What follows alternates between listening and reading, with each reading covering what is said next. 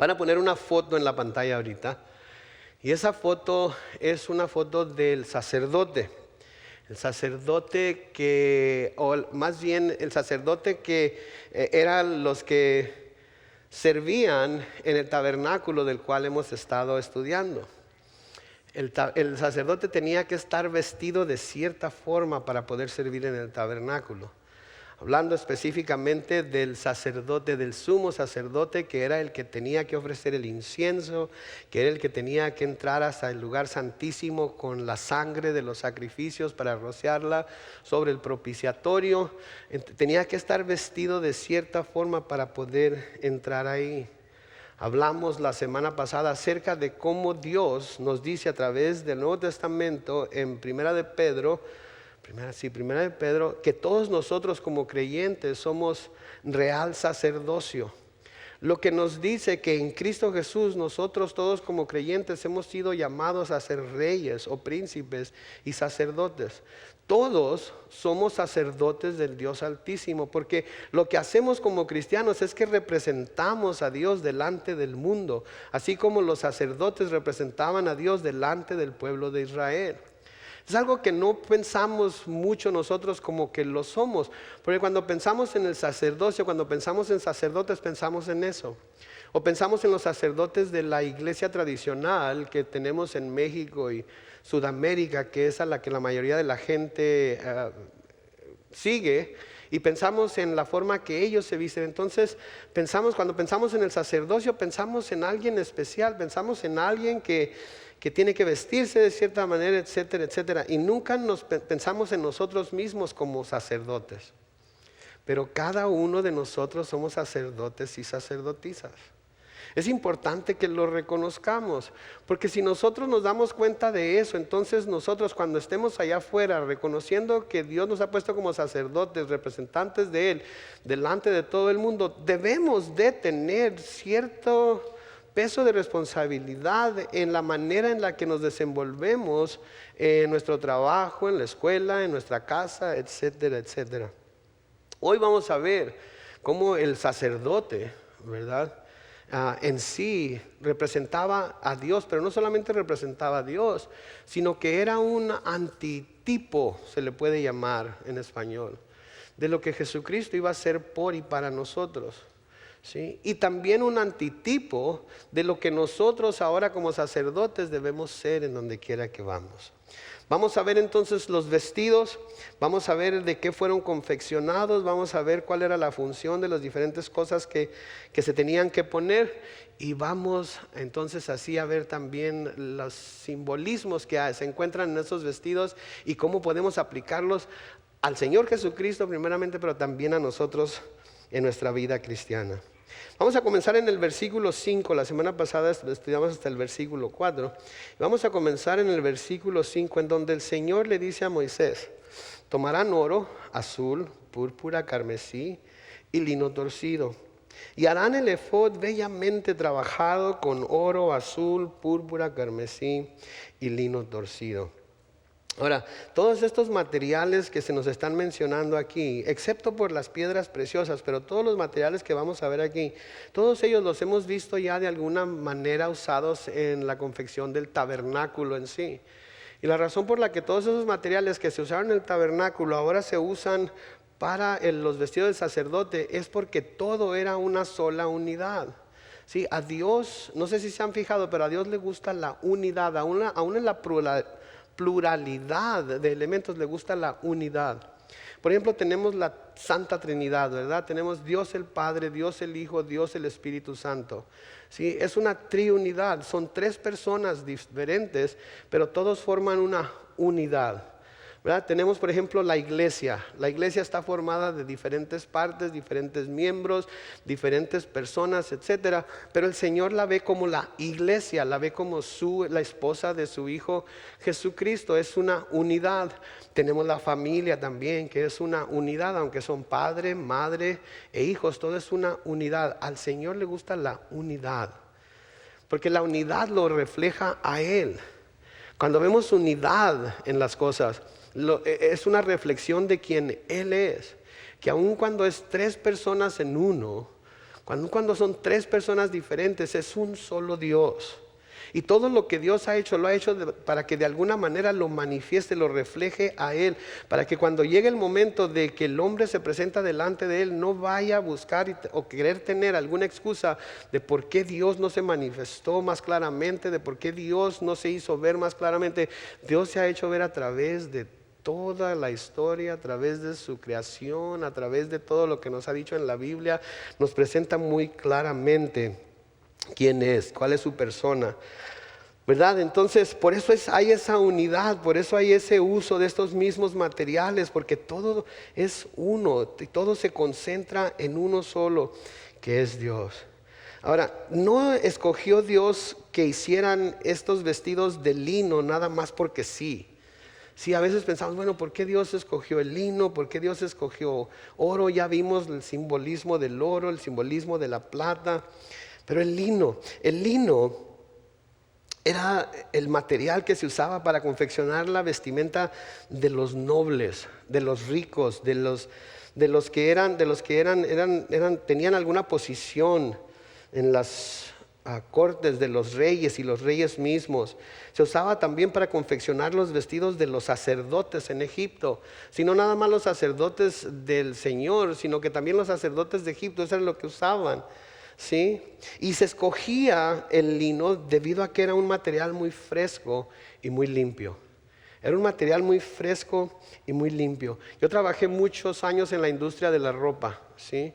Y siempre nos hablaban de materiales, ¿verdad? Y hablaban de materiales que son buenos conductores de calor y materiales que son malos conductores de calor, ¿verdad? Cuando se tiene un clima desértico, cuando se tiene un clima caliente, se quiere usar materiales para la ropa que se usa que sean buenos conductores de calor, porque se pone uno la ropa y el calor que el mismo cuerpo produce es conducido por el mismo material hacia afuera, lo deja escapar. Eso es lo que hace el lino. La lana es muy mala conductora de calor, de manera que si usted se pone un saco de lana o se pone un suéter de lana, el calor no escapa. El mismo calor que su cuerpo está produciendo se mantiene dentro del saco, del suéter de lana, y eso es lo que hace sentirse calientito. ¿Sí? Eso es lo que hace sentirse calientito. Hay unas cobijas que son muy, muy ligeras, pero son muy malas conductoras de calor. Entonces se tapa uno y todo el calor que produce el cuerpo se queda atrapado ahí, y por eso se siente uno tan calientito, aun cuando la cobija pudiera ser muy ligera. Entonces se usó el lino porque era una fibra que no tenía casi nada de elasticidad, era muy rígida y era un buen conductor de calor. Y era de hecho frío al tacto, de modo que produce una sensación refrescante. Ahora, bueno, y Carlos, ¿y eso qué onda? ¿Por qué? ¿Para qué? Bueno, pues por eso es por lo que tenemos todo el consejo de Dios, por eso es por lo que tenemos toda la Biblia, porque si buscamos en la Biblia, en la misma Biblia podemos encontrar la explicación de por qué. En Ezequiel, capítulo 44, comenzando con el versículo 15, se nos dice: los que se acercarán a mí para servirme serán los sacerdotes levitas, hijos de Sadoc, pues ellos respetaron el ordenamiento del santuario cuando los hijos de Israel se apartaron de mí. Ellos podrán presentarse ante mí para ofrecerme la grasa y la sangre. Palabra de Dios el Señor. Solo ellos podrán entrar en mi santuario y acercarse a mi mesa para servirme, pero deberán respetar mis ordenanzas. Cuando entren por las puertas del atrio interior, se pondrán vestiduras de lino. Y cuando ministren en las puertas del atrio interior y dentro del templo, no deberán ponerse, escuchen, nada de lana. Sigan, cuando entren dentro de los atrios del tabernáculo, tienen que ir vestidos de lino y no pueden ir vestidos con nada de lana. ¿Por qué? Versículo 18 dice: se cubrirán la cabeza con turbantes de lino y el cuerpo con calzoncillos de lino. No deben vestirse con nada, ¿qué dice ahí? Que los haga sudar. Se fijan, así de estricto era Dios para aquellos que se iban a presentar delante de él para servirle en el tabernáculo. De manera que la razón por la que se usaba el lino no era simplemente porque es un buen material para usar, tenía su razón. Imagínense ustedes en el desierto, y si alguna vez han estado en el desierto, imagínense lo caliente que es el clima. El sacerdote entraba al tabernáculo y entraba a trabajar, entraba a mantener las velas encendidas, entraba a mantener los panes de la proposición fresco, entraba a rociar la sangre del sacrificio sobre el propiciatorio, entraba a servir, entraba a trabajar, a presentar el incienso delante de Dios. Entonces, dentro de su trabajo no podía sudar delante de Dios. ¿Sí? No podía sudar delante de Dios. Por lo tanto, Dios los mandó que toda la ropa que el sacerdote usara para poder servirle tenía que ser de lino. Ahora, una de las cosas que quiero que vean aquí es que ser sacerdote no era enchilame otra, como decimos. No era algo fácil. Había muchísimos requisitos que cubrir. Había muchísimas obligaciones que tenían. Había muchísimas responsabilidades. Como vamos a ver aquí, noten en el versículo 7. Deberá tener 2 sombreras, como pueden ver ahí, las sombreras, ¿sí? Las cuales se unirán en sus 2 extremos. El cinto que está sobre él debe confeccionarse de la misma manera, es decir, debe estar bellamente trabajado con oro, azul, púrpura, carmesí y lino torcido, y ser parte del mismo. Tomarás 2 piedras de ónice, y noten, y grabarás en ellas los nombres de los hijos de Israel. 6 nombres en una piedra y 6 nombres en la otra piedra, en su orden de nacimiento. Mandarás grabar en las 2 piedras los nombres de los hijos de Israel, y mandarás también engarzarlas en oro. El trabajo debe hacerlo un orfebre experto en sellos y grabados. Pondrás las 2 piedras sobre las sombreras del efod, y serán piedras memoriales para que Aarón, noten, Aarón era el primer sacerdote que se ungió para ser sacerdote, para que Aarón lleve sobre sus hombros los nombres de los hijos de Israel y haga memoria de ellos delante del Señor. Noten, Aarón el sacerdote llevaba los nombres de los hijos de Israel ante Dios siempre que él entraba en la tienda o en el tabernáculo, y se identificaba a sí mismo con ellos. El sacerdote tenía que simbólicamente llevar a los hijos de Israel sobre sus hombros delante de Dios. El sacerdote simbólicamente tenía que presentar a los hijos de Israel delante de Dios, representarlos a ellos delante de Dios cuando entraba dentro del tabernáculo, y representar a Dios a ellos cuando salía del tabernáculo. Ahora, los hombros son el lugar de trabajo, ¿sí? Nosotros lo llamamos el lomo, ¿verdad? Mi papá siempre me ha dicho que todo lo que él tiene le ha costado el sudor de su frente y le ha costado trabajo de su lomo. ¿Sí? Entonces, en los hombros es el lugar del trabajo. Por lo tanto, en el ministerio que el sacerdote hacía delante del Señor, él estaba trabajando para y por el pueblo. Él estaba trabajando para y por el pueblo. ¿Qué fue lo que hizo el Señor Jesucristo cuando anduvo aquí en la tierra? Todo el tiempo que anduvo aquí en la tierra, ¿qué anduvo haciendo?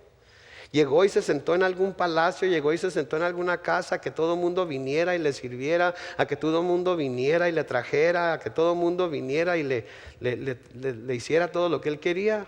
No.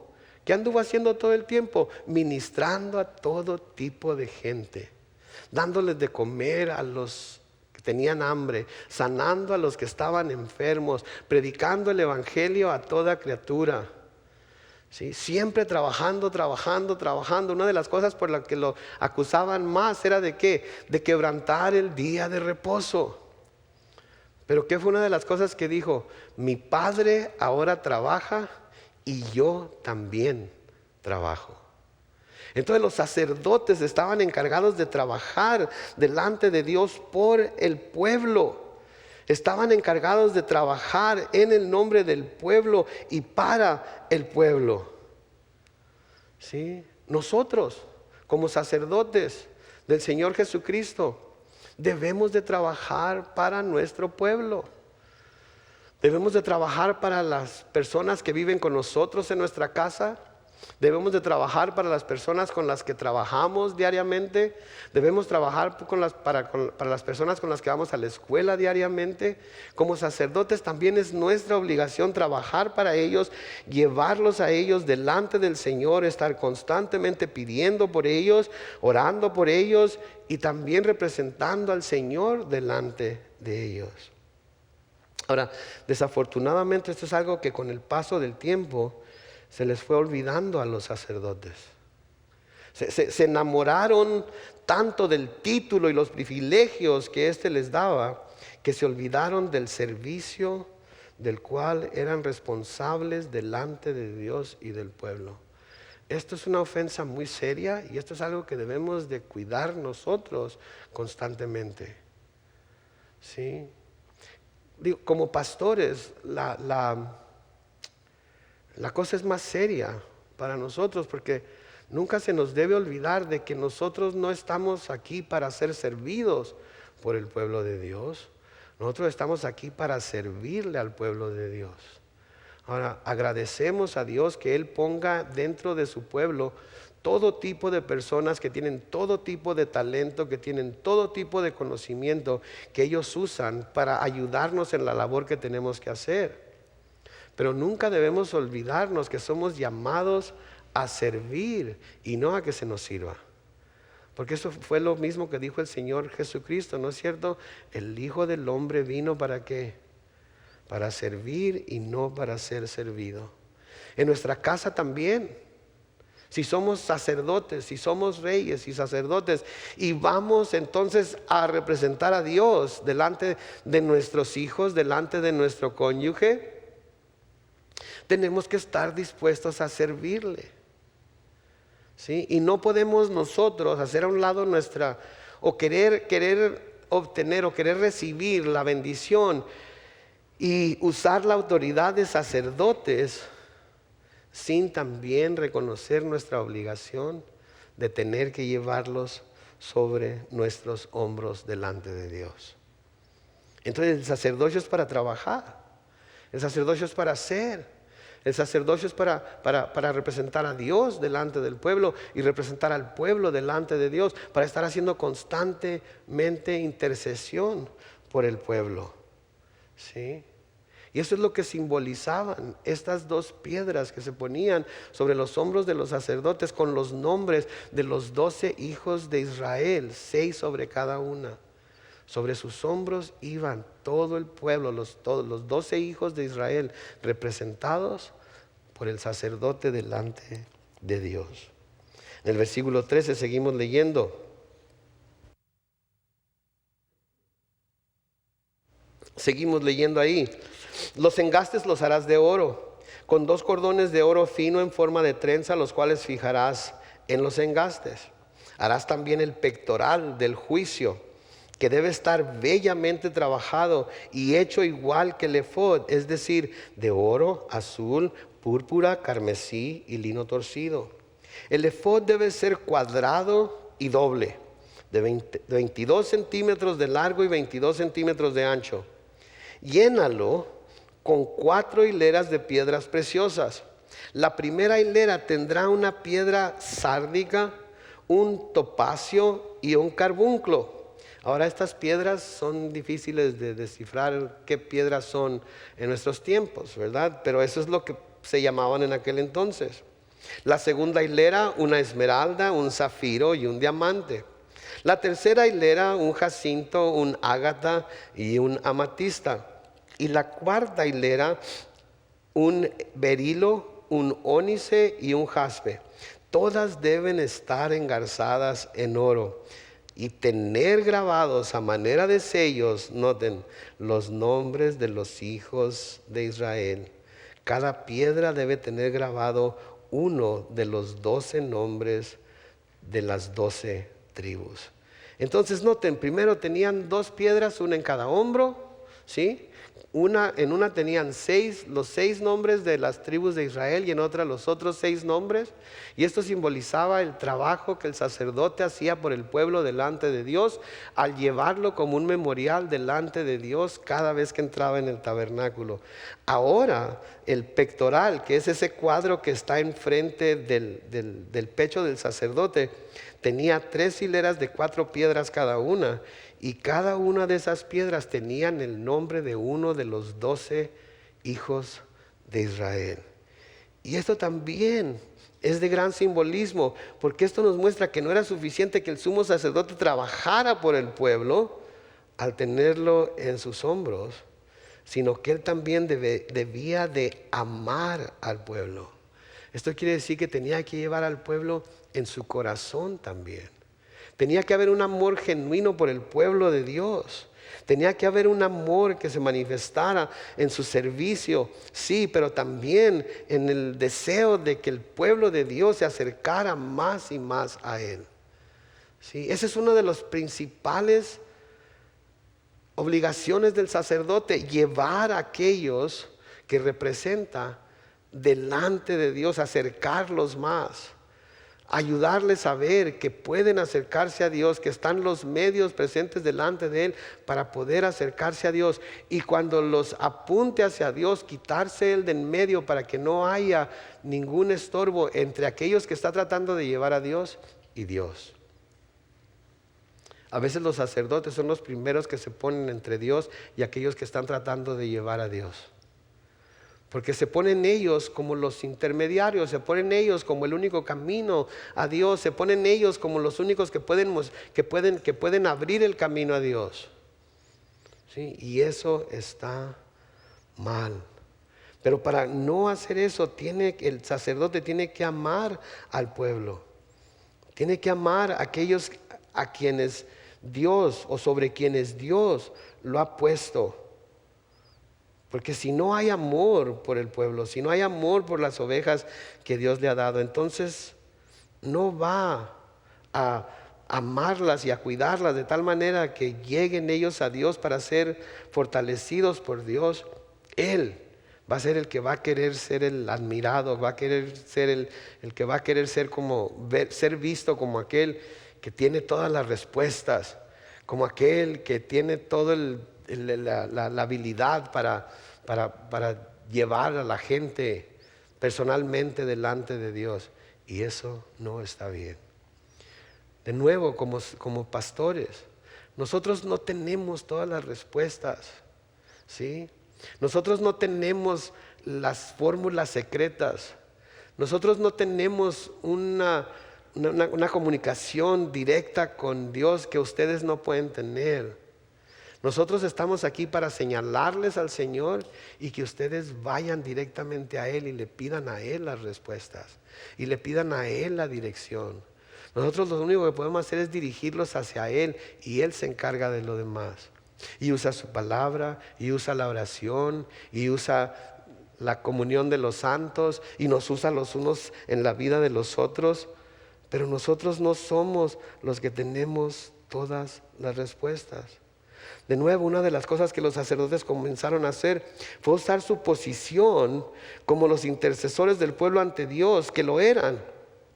Pero lo empezaron a usar para chantajear a la gente y hacerles creer que sin ellos no podrían tener una relación correcta con Dios. El día que yo les diga a cualquiera de ustedes que sin mí ustedes no pueden tener una relación correcta con Dios, es el día que me sacan afuera. Bueno, no van a poder hacer nada allá afuera porque no hay piedras, pero me sacan a algún lugar donde haya piedras y me apedrean. Porque saben que yo no soy el que los va de alguna manera a ayudarles a tener una relación correcta con Dios. El único que les puede ayudar a tener una relación correcta con Dios, ¿saben quién es? Jesucristo. Él pagó por ustedes. Él derramó su sangre por ustedes. Yo no he derramado mi sangre por ninguno de ustedes. Es el Señor Jesucristo. Por eso cuando Jesús vino diciendo que Él era el camino a Dios, ¿Qué fue lo que encontró entre los sacerdotes, entre los fariseos y entre los escribas? Una oposición tremenda. ¿Por qué? Porque si era el camino a Dios, ¿en dónde quedaban ellos? Hechos a un lado. Por eso la iglesia tradicional por tantos años estuvo tan en contra de la iglesia evangélica. ¿Por qué? Porque la iglesia evangélica estaba predicando salvación en Cristo Jesús y en Él únicamente. Y la iglesia tradicional, ¿qué decía? No, nos necesitan a nosotros, necesitan nuestros sacramentos, necesitan nuestras estatuas, necesitan nuestros dogmas, necesitan nuestras doctrinas. Y si no tienen todo eso y a Jesús, no pueden ser salvos. Eso va en contra de la palabra de Dios, porque la palabra de Dios nos dice que por gracia somos salvos. ¿Por medio de qué? De la fe. Y esto no de nosotros, porque es que don de Dios, no por obras. ¿Para qué? Para que nadie se gloríe. ¿Sí? Entonces cuando alguien dice, pueden llegar a Dios por sí solos, entonces no me van a necesitar a mí, entonces yo voy a perder lo que es realmente mío. Y eso fue lo que empezó a suceder con los sacerdotes. Ahora, no podemos descuidar el hecho de que Dios mandó que las tribus tuvieran sus nombres inscritas en las piedras preciosas. ¿Por qué? Porque el pueblo de Dios es algo preciado para Él. El pueblo de Dios es algo preciado para Él. Sí, algo verdaderamente preciado para Él. Tan preciado, tan precioso que pagó por Él, por los judíos, primeramente, porque es lo que dice Pablo, ¿verdad? En Romanos, pues no me avergüenzo del evangelio, porque es el poder de Dios para salvación. ¿De quién? De los judíos primero, pero también para los gentiles. ¿Sí? Él pagó tanto por judíos como por gentiles. ¿Con qué? Con la sangre de su Hijo Jesucristo. Entonces es apropiado que los nombres de los hijos de Israel estén inscritos en esas 12 piedras preciosas, porque ellos también son de gran precio para el Señor. Así como lo somos nosotros, porque nosotros hemos sido ¿qué? Adoptados a la familia de Abraham por medio de la fe, ¿verdad? En Primera de Pedro capítulo 2 y el versículo 10 se nos dice: antes ustedes no eran pueblo, pero ahora son el pueblo de Dios. Antes no habían sido compadecidos, pero ahora ya han sido compadecidos. ¿Se fijan? Aquí Pedro nos está diciendo, miren, gentiles, los que no son judíos, quiero que sepan y que se den cuenta de que antes ustedes no eran parte del pueblo de Dios. El pueblo de Dios eran los judíos, y única y exclusivamente los judíos. Antes ustedes no habían sido compadecidos. ¿Sí? La compasión de Dios se mostró sobre los judíos primero, pero ahora sí son el pueblo de Dios y ahora sí han sido compadecidos. Pablo les escribe a los Efesios, en Efesios capítulo 2, comenzando con el versículo 11. Por lo tanto, ustedes que por nacimiento no son judíos y que son llamados incircuncisos, por los que desde su nacimiento han sido físicamente circuncidados, deben recordar esto. En aquel tiempo ustedes estaban sin Cristo, vivían alejados de la ciudadanía de Israel y eran ajenos a los pactos de la promesa. Vivían en este mundo sin Dios y sin esperanza. Pero ahora en Cristo Jesús ustedes, que en otro tiempo estaban lejos, han sido acercados. ¿Por qué? Por la sangre de Cristo. Porque Él es nuestra paz. La paz entre los judíos y los no judíos. De dos pueblos hizo uno solo al derribar la pared intermedia de separación y al abolir en su propio cuerpo las enemistades. Él puso fin a la ley de los mandamientos expresados en ordenanzas para crear en sí mismo de los dos pueblos, noten, una nueva humanidad haciendo la paz. Y para reconciliar con Dios a los dos en un solo cuerpo mediante la cruz, sobre la cual puso fin a las enemistades. Él vino a ustedes que están lejos, Perdón, Él vino y a ustedes que están lejos les anunció las buenas nuevas de paz, lo mismo que a los que estaban cerca. Por medio de Él, unos y otros tenemos acceso al Padre en un mismo espíritu. Por lo tanto, ustedes ya no son extranjeros ni advenedizos, sino conciudadanos de los santos y miembros de la familia de Dios. Y están edificados sobre el fundamento de los apóstoles y profetas, cuya principal piedra angular es Jesucristo mismo. En Cristo todo el edificio, bien coordinado, va creciendo para llegar a ser un templo santo en el Señor. En Cristo también ustedes son edificados en unión con Él, para que ahí habite Dios en el Espíritu. ¿Por qué les digo esto? Porque si nos quedamos nada más en el hecho de que las 12 piedras tenían nada más los 12 nombres de los 12 hijos de Israel, vamos a pensar nosotros que nosotros de alguna manera estamos excluidos del corazón de Dios, excluidos del corazón de Cristo. Sí, y eso no es verdad. Los judíos y nosotros, porque Jesucristo vino, somos hermanos. Somos de la misma familia.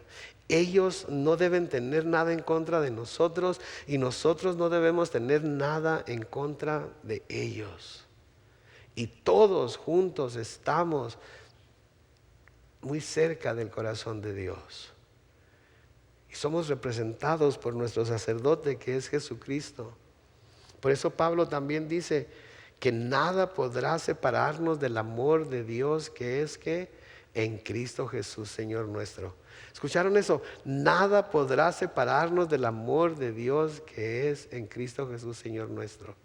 Estamos en el corazón de nuestro Señor Jesucristo. Así como el pueblo de Israel estaba representado en el corazón del sacerdote por medio de esas 12 piedras preciosas, así nosotros estamos en el corazón de nuestro sacerdote y así somos representados delante de Dios. Versículo 22 sigue diciendo: harás también para el pectoral cordones de oro fino trenzado, y en sus 2 extremos le pondrás 2 anillos de oro. Fijarás a los 2 cordones de oro en los 2 anillos a los 2 extremos del pectoral. Y pondrás los extremos de los 2 cordones sobre los 2 engastes, fijándolos a las hombreras del efod por la parte delantera. Harás también 2 anillos de oro, los cuales pondrás a los 2 extremos del pectoral por dentro de la orilla que está en el lado del efod. Harás también los 2 anillos de oro, los cuales fijarás por abajo de la parte delantera de las 2 hombreras del efod, por adelante de donde se junta con el cinto del efod. Y lo están viendo todo ahí en el vestuario, ¿verdad?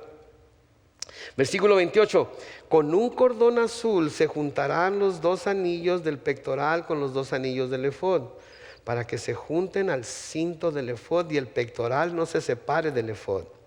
Cuando Aarón entre en el santuario, llevará siempre en el pectoral del juicio sobre su corazón los nombres de los hijos de Israel como memorial delante del Señor. En el pectoral del juicio pondrás el Urim y el Tumim, para que cuando Aarón se presente ante el Señor, lleve siempre su corazón el juicio de los hijos de Israel. Ahora aquí se nos presentan otras 2 elementos: el Urim y el Tumim. El Urim y el Tumim. Y estas eran, se cree, porque no se sabe con exactitud, 2 piedras que se ponían dentro del efod. Y la razón por la que se le llama el efod del juicio es porque estas 2 piedras estaban dentro del pectoral del juicio. ¿Sí? Ahora, notemos que aquí en este pasaje 3 veces se le llama el pectoral del juicio, y era debido a que el Urim y el Tumim estaban sujetados dentro de él. Y este Urim y Tumim eran herramientas que Dios les había dado a los judíos para discernir la voluntad de Dios. Para discernir la voluntad de Dios. Si los nombres de Urim y Tumim significan luces y perfecciones. Pero como les digo, nadie está seguro de cómo se usaban. La mejor suposición que tienen es que eran dos piedras y una piedra representaba sí y otra piedra representaba no. Y el sumo sacerdote entonces hacía preguntas de parte del pueblo delante de Dios, las cuales las respuestas eran sí o no. Y el sacerdote metía la mano detrás del efod y sacaba una de las piedras, y según la piedra que sacaba, esa era la respuesta que Dios estaba dando, o sí o no. ¿Sí? Sí o no. Y los judíos aceptaban la respuesta que el Urim o el Tumim les daban. Los judíos confiaban en que la respuesta que Dios les estaba dando es la correcta. Ahora, nosotros todos quisiéramos que Dios nos hablara hacia nosotros, ¿verdad? Le hiciéramos una pregunta y Él nos dijera sí o no. Nomás que hay un problema con nuestra mentalidad occidental. Cuando nosotros hacemos una pregunta y alguien nos dice no, decimos, ok, está bien. ¿Eso es lo que hacemos? ¿Qué hacemos? Alguien nos dice no. ¿Qué es lo que sigue qué es lo que sale de nuestra boca inmediatamente? ¿Por qué? ¿Por qué no? O eso es injusto.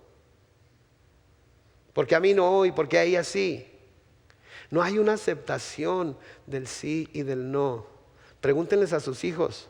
Sus hijos cuando ustedes les dicen no, ¿lo aceptan así? No.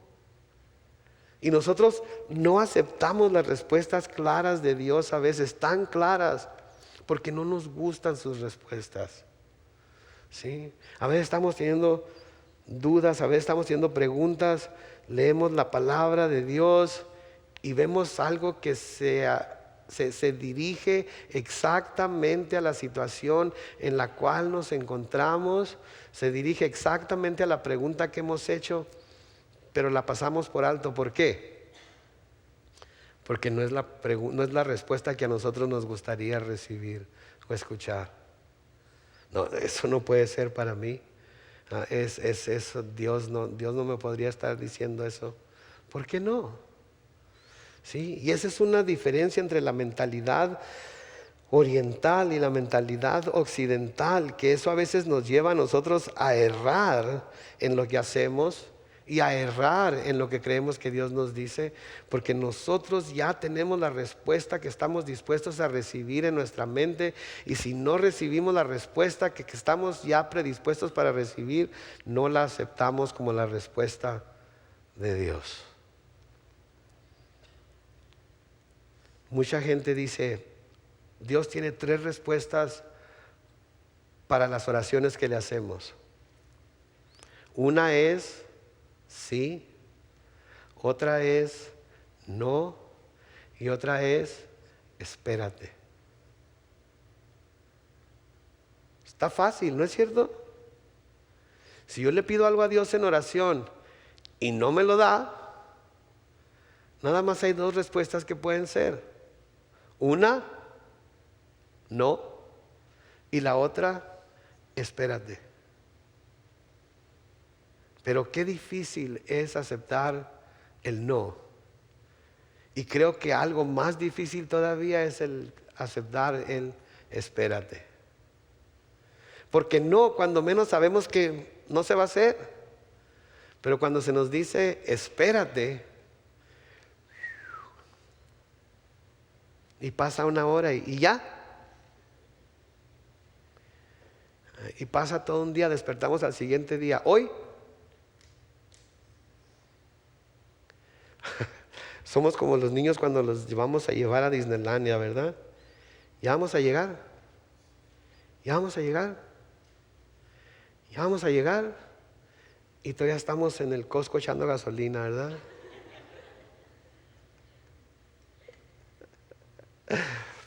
Y si les decimos que no, ¿qué pasa?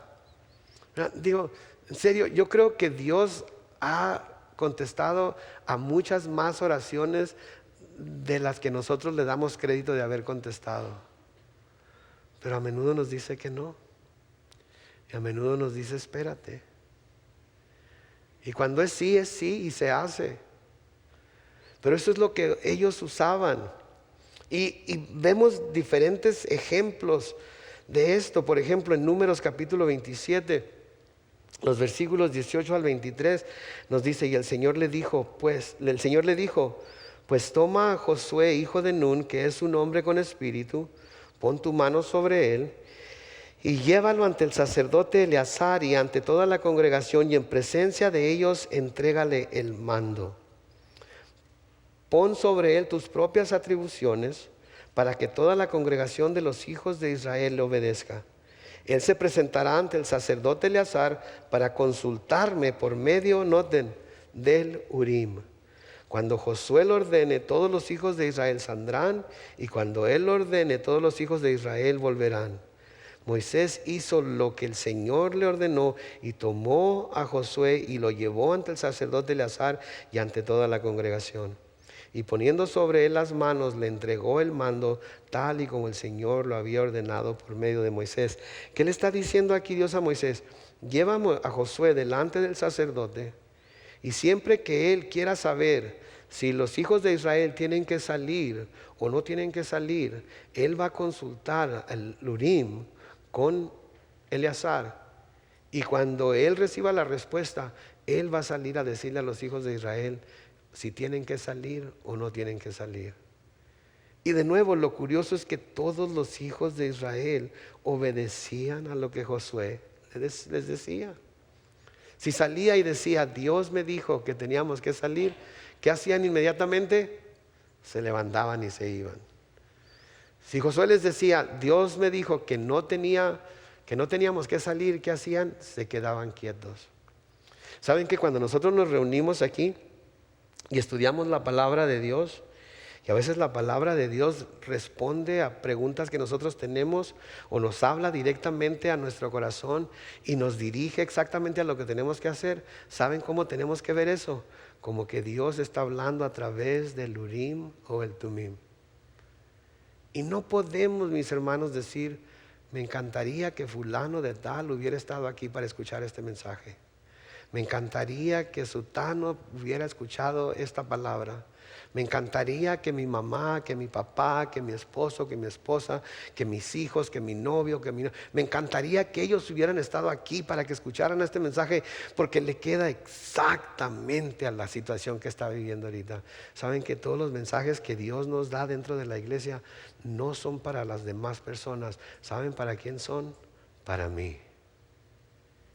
Y cuando yo escucho un mensaje y sé que es para mí y no lo obedezco, es como si yo mirara que el Señor ha contestado con el Urim y el Tumim y digo, ni modo, no lo recibo, no lo puedo poner por obra. Versículo 31 sigue diciendo ahí, el manto del efod lo harás todo de azul, con una abertura en el centro y por arriba, y en su derredor deberá tener un borde tejido artísticamente a manera del cuello de un coselete para que no se rompa. Alrededor de sus orlas harás granadas de azul, púrpura y carmesí, y entre las granadas pondrás campanillas de oro. Los pueden ver ahí en el borde del manto azul del sacerdote. Es decir, una campanilla de oro y una granada, otra campanilla de oro y otra granada, hasta rodear toda la orla del manto. Aarón deberá llevar puesto el efod cuando ministre, para que el sonido de las campanillas pueda oírse cuando él entre o salga del santuario.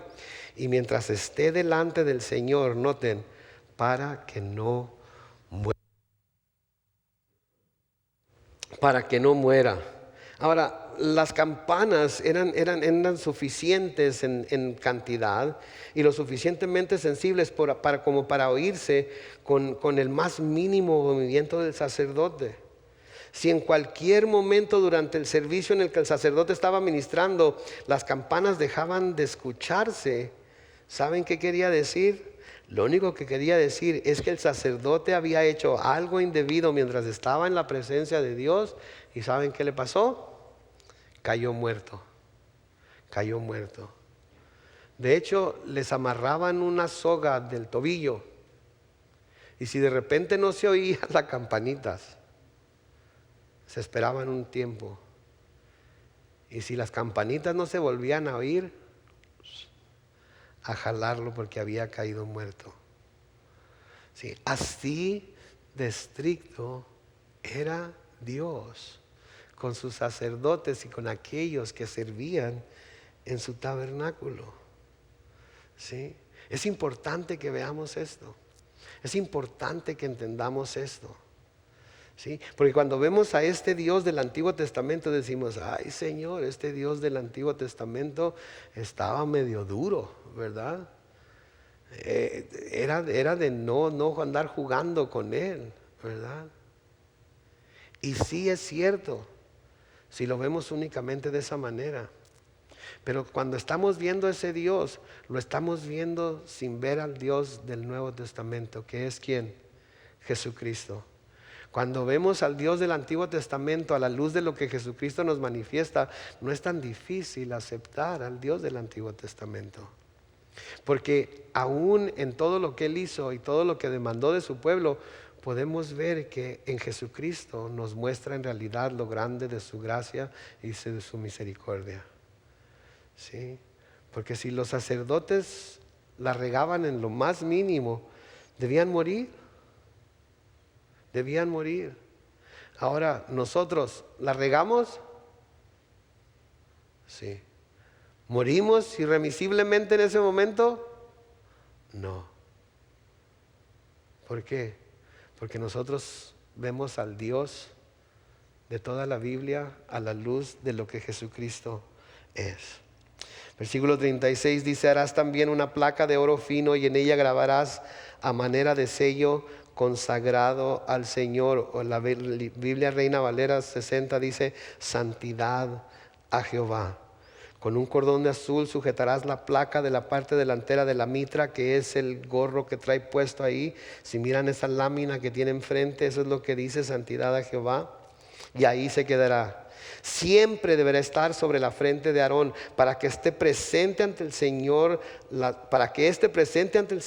faltas de los hijos de Israel hayan cometido en todo lo relacionado con las santas ofrendas que ellos consagren y sean perdonados. Noten, en la frente del sacerdote siempre debían estar las palabras santidad a Jehová. Santidad a Jehová. Para que se acordara que todo lo que presentaba delante del Señor tenía que presentarse con santidad. Yo vengo de la iglesia del Nazareno, y en la iglesia del Nazareno el lema de la iglesia es santidad a Jehová. ¿Saben qué? Pablo nos dice que debemos de transformar nuestra mente, ¿verdad? Que debemos de transformar nuestra mente. Yo creo que si nosotros trajéramos una placa en nuestra frente constantemente que dijera santidad a Jehová, santidad a Jehová, nos acordaríamos que Dios espera que nosotros como su pueblo seamos santos como Él es santo. Él nos dice, ustedes serán santos como yo soy santo. Y ser santo quiere decir que estamos separados para Él, separados para su servicio, apartados para Él. Y haríamos bien en recordar esto día tras día tras día. Cuando nos despertamos al darle gracias a Dios por un nuevo día, deberíamos de recordar, Señor, ayúdame a vivir en santidad para ti hoy. Quiero ser santo como tú eres santo. Estos son los vestidos del sacerdote y podemos ver cómo reflejan, ¿verdad?, la santidad del Señor, la santidad de Jehová, la dedicación del Señor Jesucristo a llevar al pueblo sobre sus hombros delante de Dios, nuestra obligación como sacerdotes de llevar a nuestro pueblo delante de Dios sobre nuestros hombros, llevar el pueblo de Dios en nuestros corazones. Todos somos pueblo de Dios, todos debemos amarnos los unos a los otros, ¿sí? Todos debemos de estar siempre dispuestos a dar lo mejor los unos por los otros. Terminando aquí en los versículos 39 al 43 dice: bordarás una túnica de lino y harás también una mitra de lino y un cinto recamado artísticamente. Para los hijos de Aarón harás también túnicas, cintos y tiaras que los confieran honra y hermosura. Con todo ello vestirás a tu hermano Aarón y a sus hijos, y los ungirás y los consagrarás y santificarás para que sean mis sacerdotes. Les harás calzoncillos de lino para que cubran su desnudez desde la cintura hasta el muslo.